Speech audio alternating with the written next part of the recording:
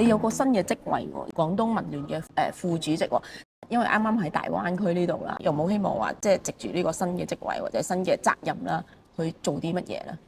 好多香港嘅藝術家其實去到大灣區咧係越嚟越平凡嘅。你要佢哋可以真係翻到去話係利用到內地嘅市場，發展到佢哋嘅文化事業同產業咧，其實你要真係落地生根㗎喎。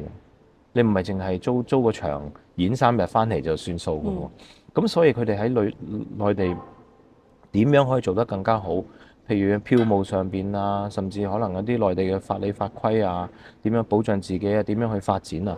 點樣利用到呢個平台啦，同埋呢個職務啦？希望我哋可以同廣東省唔同嘅部門一齊合作，可以做到一啲真係落到地幫到我哋藝術家。